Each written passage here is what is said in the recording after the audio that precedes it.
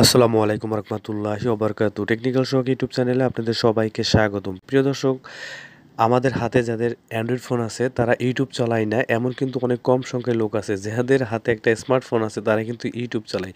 কিন্তু ইউটিউবের কয়েকটি সেটিংস আছে যেগুলো না জানলে আপনারা খুব বিপদে পড়ে যাবেন।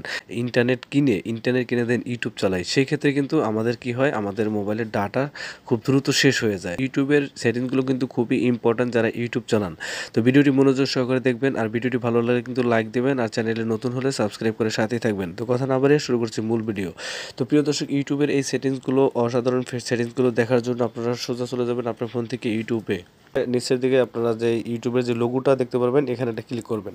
ক্লিক করার পর উপর দিকে পাবেন সেটিংসের একটা আইকন, জাস্ট এই সেটিংসের আইকনে ক্লিক করবেন। ক্লিক করার পর প্রিয় দর্শক, সর্বপ্রথম যে সেটিংসটা আমি দেখাবো সেটা হলো ডাটা সেভিংস। আপনারা ডাটা সেভিংসে ক্লিক করে দেবেন।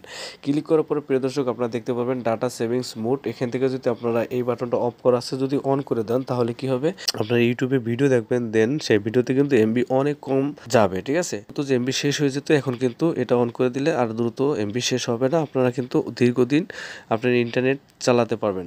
এক্ষেত্রে আপনাদের একটু সমস্যা হবে, সেগুলো হলো আপনাদের যে ভিডিও কোয়ালিটি সেটা কিন্তু লস হয়ে যাবে। ঠিক আছে, এবং রিডিউস ডাউনলোড কোয়ালিটি, এবং ডাউনলোড কোয়ালিটিও কিন্তু খারাপ হবে। ওয়াইফাই যদি আপনাদের কানেক্ট করা থাকে তাহলে আমি আপনাদের রিকমেন্ড করব এটা ডাটা সেভিংস যে মোডটা আছে এটাকে না অন করার জন্য। এখন ইউটিউবের দ্বিতীয় নম্বর সেটিংসটা আপনাদের দেখিয়ে দিচ্ছি। দ্বিতীয় নম্বর সেটিংসটা হলো নিচের দিকে দেখতে পাবেন অটো প্লে।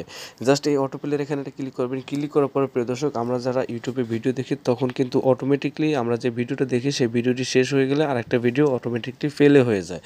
আপনারা যদি এখান থেকে এই অপশনটা অন করে দেন তাহলে কিন্তু অটোমেটিকলি সেই ভিডিওটি ফেলে হয়ে যাবে। ঠিক আছে, তো আমি কিন্তু এটা অফ করে রেখেছি। আর যদি এটা অন করে দিই তাহলে আমরা যে ভিডিও দেখতাম সেই ভিডিও দেখার পরে অটোমেটিকলি অন্য একটা ভিডিও প্লে হয়ে যেত। সেক্ষেত্রে আমাদের মোবাইলের ডাটা কিন্তু দ্রুত শেষ হয়ে যেত। আমি আপনাদের রিকমেন্ড করবো এখান থেকে এই অপশনটাকে আপনারা অফ করে রাখবেন। আমি কিন্তু অফ করে রেখেছি। তো প্রিয় দর্শক, আরেকটা এখানে অপশন দেখতে পাবেন, নিচের দিকে আরেকটা অপশন সেটিংস দেখতে পাবেন, ভিডিও কোয়ালিটি প্রিফারেন্স। জাস্ট এখানে একটা ক্লিক করে দেবেন। এখানে ক্লিক করার পরে এখান থেকে আমার রিকমেন্ড করা আছে, এটা অটো রিকমেন্ড করা আছে, কারণ যখন ইন্টারনেট স্লো হবে, ইন্টারনেট একটু অনেক জায়গায় আছে ইন্টারনেট স্লো থাকে। ঠিক আছে, সেই সব জায়গাতে কিন্তু লো কোয়ালিটিতে ভিডিও চলবে।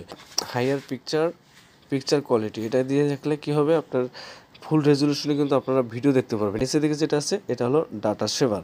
এখানে ডাটা সেভার দিয়ে রাখলে কিন্তু আপনার মোবাইলের ডাটা একদম কম খরচ হবে যদি এই নিচেরটা দিয়ে রাখেন। আর যদি ওয়াইফাই হয় সেক্ষেত্রে আমি রিকমেন্ড করবো আপনারা হাইয়ার পিকচার কোয়ালিটি এটাকে সিলেক্ট করে দেবেন। ওকে, তারপর এখান থেকে ব্যাকে চলে যাবেন। তারপর প্রিয় দর্শক, একদম উপরের দিকে একটা অপশন দেখতে পারবেন, সেটিংস দেখতে পাবেন জেনারেল। জাস্ট এই জেনারেলে ক্লিক করবেন। জেনারেলে কিন্তু অনেকগুলো সেটিংস আছে।